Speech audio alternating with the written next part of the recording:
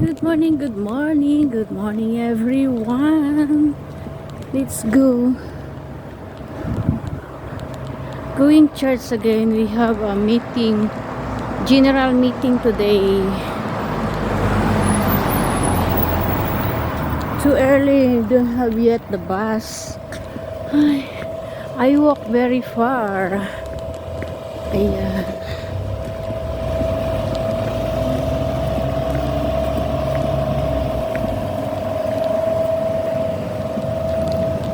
Thank you so much guys for supporting my small channel. God bless you always. God loves you. For today's vlog, we are going to interview Sis Ligaya, Sis Legs, for a short interview only. Please subscribe if you not to subscribe my channel. Thank you so much guys. God bless you always. See ya. Hello, Legs. Hi. Bakit may chocolate ba sa magic? Ano ang ginagawa mo ngayon sa panahong ito? Ice cream at saka cake na lang sa kanila. Ang ingay nila. Ako dito sa church, trabaho. Tapos sabi niya, alam niya na matataba. Ano yung priority mo sa taong ito? Si Ate Jo naman Siyempre, trabaho pa rin. Trabaho pa rin. Trabaho para sa Pamilya. pamilya, para sa kinabukasan ng mga anak. May tatanong lang ako sa iyo. Pwede mong sagutin, pwede rin hindi.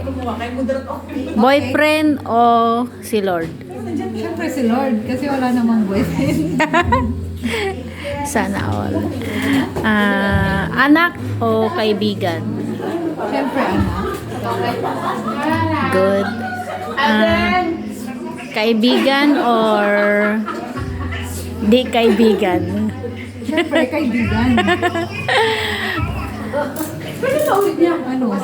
Saan ang gala mo ngayon Chinese New Year? Wala, baka hindi ko palabas. Labas mo na yun. Hindi ko sure. Hindi mo pa sure. Bakit durian? Tapos, ano yung alaga mo ngayon? May alaga ka ngayon? 8 saka 10 years old. Okay naman yung amo mo ngayon. So far. Hopefully yun na diyan ka na magtagal para magkaroon ka rin ng long service, no? Sana. Yun ang prayer natin. Tapos, ano yung diop mo ngayon? Every Sunday na talaga? Sunday, pero pwede ako mag-request ng Saturday. Oh, maganda. Ayun. Salamat sa iyong sa short panayam sa iyo. Salamat.